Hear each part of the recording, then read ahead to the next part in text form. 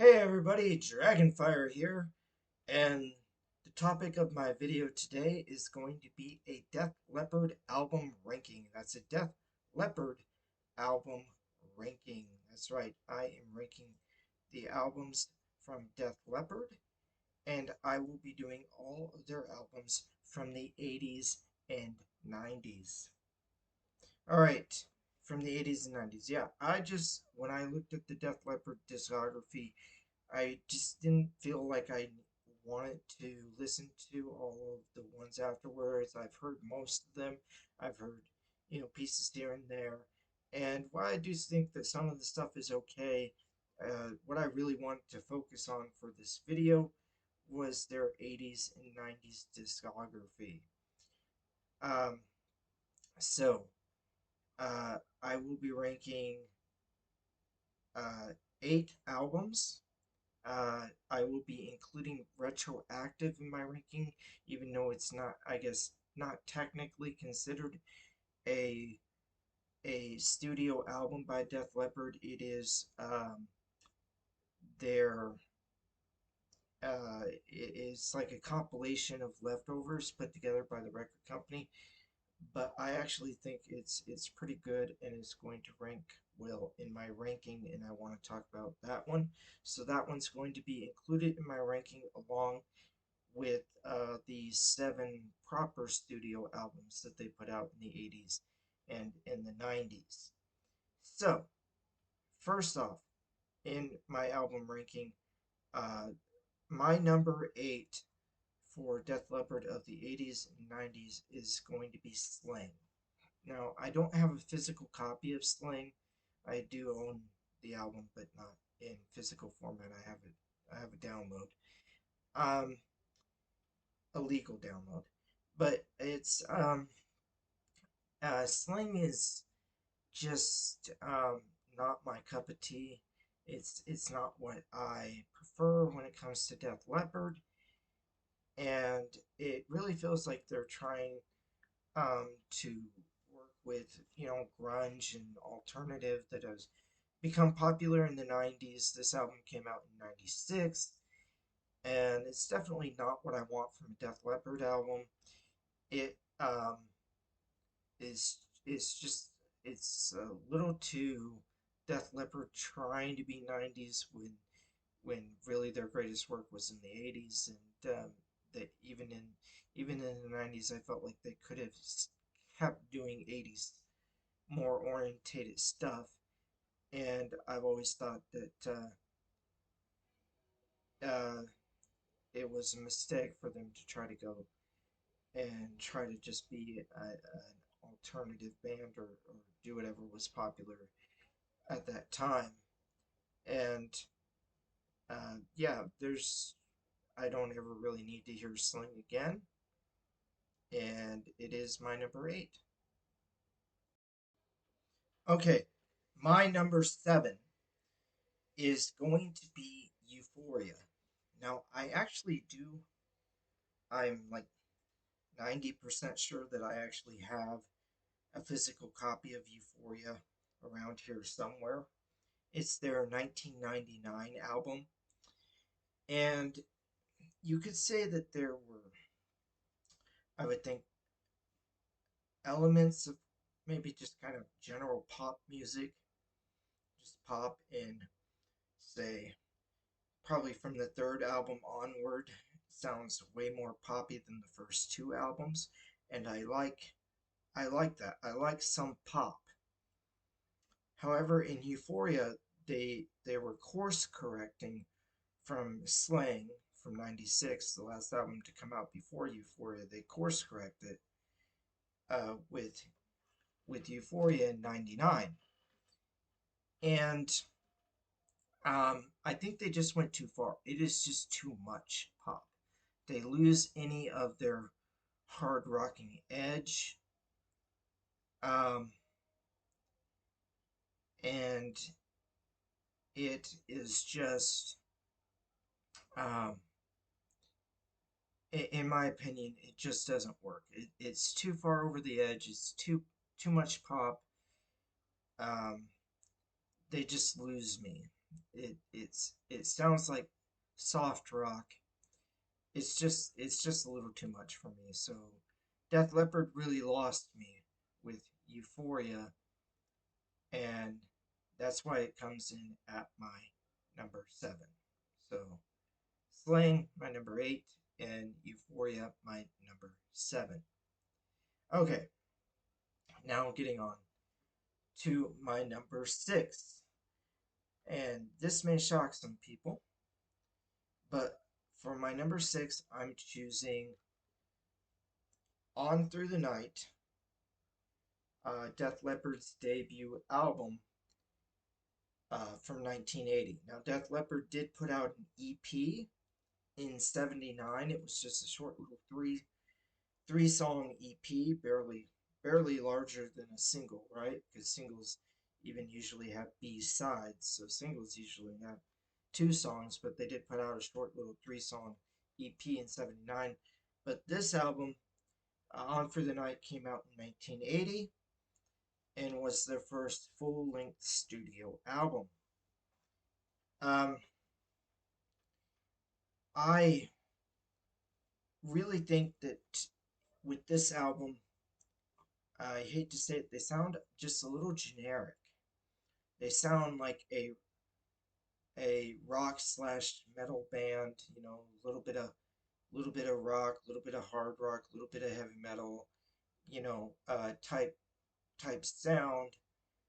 Um, that sounds to me just very generic, like a late '70s or early '80s rock slash metal band. But nothing all that special, in my opinion. It's got some okay stuff. Now, I did rank this, I think, somewhere in my top 10 um, for the year 1980, for albums to come out in the year 1980. I've since kind of reconsidered that because I don't know that I like the album as much as I thought I did initially. I think I was really going off of name recognition because I do love Def Leppard and some of their albums better than this one. My top 5 in particular, I really love. Um, but this one comes in number 6 for me because it's just a little more generic. And if I had to re-rank my top 10 albums for 1980 for the year 1980, this one might come in 9 or 10, but it also might come in 11 or 12. I'm not sure that, or just get an honorable mention or something. I'm not sure that I should have put it in my top 10 albums of the year for 1980. Um, I might have to reevaluate that in the future, but it's not bad, but it's definitely just not what Def Leppard would become. So that is my number 6, the debut from 1980, On Through the Night. Okay, now let's get to the portion of the video I really wanted to do. I'm talking about my top 5 Def Leppard albums. Def Leppard, my top 5. Oh, yeah. All right. Coming in at number 5, a fairly recent discovery for me. I didn't really know this one existed until more recently. I listened to it. I actually love it. It quickly moved up to my 4th or 5th favorite, but today I'm going to rank it as number 5, and that's going to be Retroactive. So basically, this was a collection of songs from the first 5 albums. So 1980 for 1992, the 5 albums that Def Leppard put out during that period of time. This came out in '93, so right after Adrenalize, which was their 5th album. And it contains basically leftovers and B-sides and demos or whatever.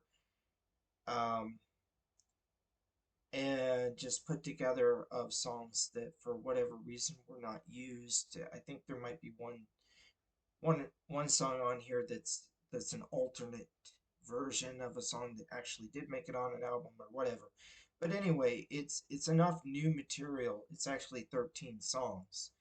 Enough new material to be kind of its own album, and the record company released it as such in 1993 to capitalize off the popularity of Adrenalize, which debuted at #1 and sold a lot of records. And Def Leppard was still hot, even though it was 92 going into 93. So, um, when other bands of the same type were definitely struggling, Def Leppard was actually doing pretty well, relatively speaking, to other bands that were considered part of the same scene in the 80's. And um, so they put out Retroactive. I don't have the numbers on this. I don't know how well it did.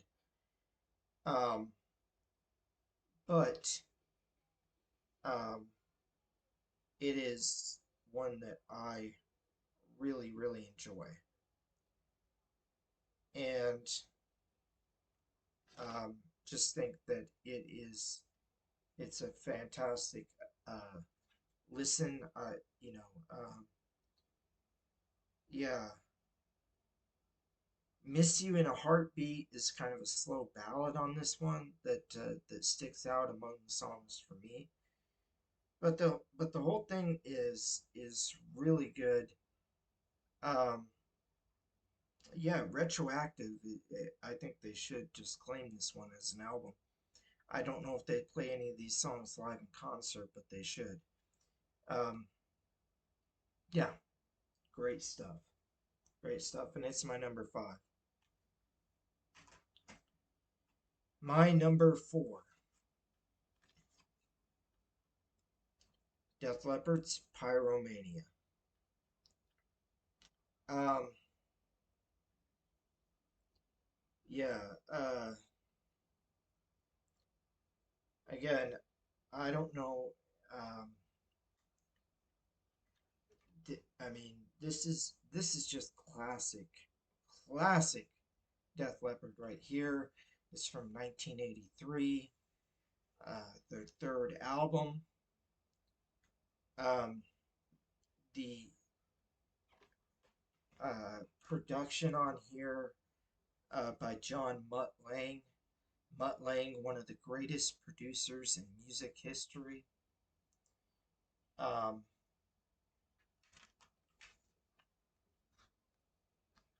but yes, Pyromania, one of the greatest albums of all time.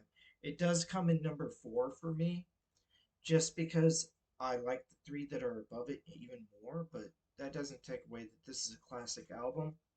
Actually, earlier today, I actually got this. I will show you guys this. Yes, this is brand new. Just got it earlier today. I found it for a really cheap price. Amazing.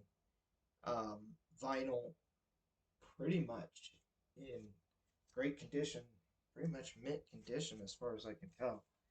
I mean, got it for a cheap, cheap price. I mean, fantastic. Man, to have one of the greatest albums, one of the greatest album covers of all time is just, man, chef's kiss right here. Chef's kiss. All right. Yes. Pyromania from Def Leppard. I think this is one of the greatest albums of all time, but it's only my number 4. That shows you how much I love Def Leppard. Yeah. Retroactive and Pyromania, 2 fantastic albums. Okay. That Pyromania kicked off my Mount Rushmore, right? The first album on my Def Leppard Mount Rushmore. Well, what's next? My bronze medal, third place, goes to dun, dun, dun, Adrenalize. Man, when people say that this is Hysteria Part 2, they are right, and that is a good thing. Um, I'll let you read the track listing there. Yeah, Uh, Beautiful. Pyro, Adrenalize. Um, Man, I love Adrenalize. Let's Get Rocked. Um, let's see. Yeah, if I had to pick one song, I think Let's Get Rocked, the first song on the album, is my absolute favorite. But just put this thing on, listen to it, and have fun, man. So I gave you my favorite song on Retroactive, right? I said "Miss You in a Heartbeat" is a fun, it's a good ballad, good love song. Let's see, Pyromania. I'm gonna go with "Rock Rock Till You Drop." Mm. Although I also love "Rock of Ages," that's a really good one. But Adrenalize, I think I just like just a little bit more. Let's Get Rock, Heaven Is, White Lightning. Um, I Want to Touch You, Tear It Down. Bam. Adrenalize. Yeah. Okay. That was my bronze medal. Third place. For my silver medal, second place goes to High and Dry. Upside down. High and Dry. Yes, High and Dry. The guy jumping, diving into an empty pool. No water in that pool. He is high and dry. Okay. Man, this album is such a fun listen to. I think I ranked this either first or second place on my 1981 list. Um, and Pyromania, of course, ranked for 1983. I think it ranked fairly high for 1983. But I think this was either one or two for 1981. This is such a fantastic album. It was the first Def Leppard album to have Mutt Lange as the producer. He produced um, 4 albums in a row, I believe, for Def Leppard. If don't count um, Retroactive. If you count Retroactive, it's more or less 5 albums in a row that he produced for them. Um, but uh, man, uh, High and Dry on Saturday Night. Uh, No, No, No. The song On Through the Night is on this album. Even though On Through the Night was the title of the album before this one, the actual song On Through the Night, which for whatever reason I'm sure they were working on when they did the On Through the Night album, didn't make it on the album, so it made it onto the next album the year later.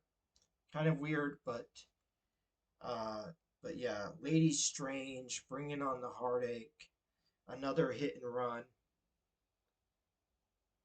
This album, High and Dry by Def Leppard, is just one of my all-time favorites. It really is that good. Like I said, I think I ranked it either number one or number two on my 1981 list. I know it had some tough competition with Motley Crue's first album came out in 81, excuse me, 81, along with Def Leppard's High and Dry, and I think it was basically between those two. But yeah, fantastic, fantastic album. Check this one out if you've never heard it before. If you've only ever heard one Def Leppard album, I think I know which one it is. And you want to hear a second Def Leppard album, High and Dry is the one in my opinion. But my favorite album of Def Leppard, 1987's Hysteria. Hysteria. Now, In case you don't know the story behind this album, they put on they put out On Through the Night in 1980. Then they put out High and Dry in 1981. Then they put out Pyromania in 1983. So they were going fairly consistent, putting out 3 albums in 4 years. 3 albums in 4 calendar years.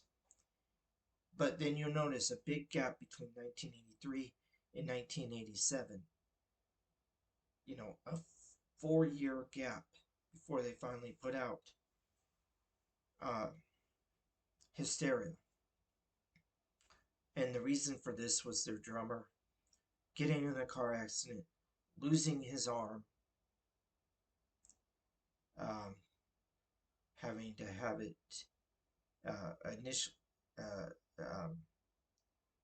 initially it got his arm got dismembered in the car accident. His arm came off completely. They reattached it, but they reattached it incorrectly, so they had to go back and amputate it again afterwards in order to stop the spread of gangrene.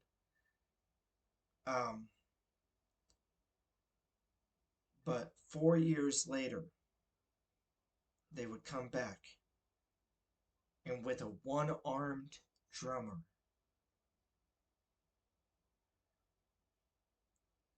they would record Hysteria.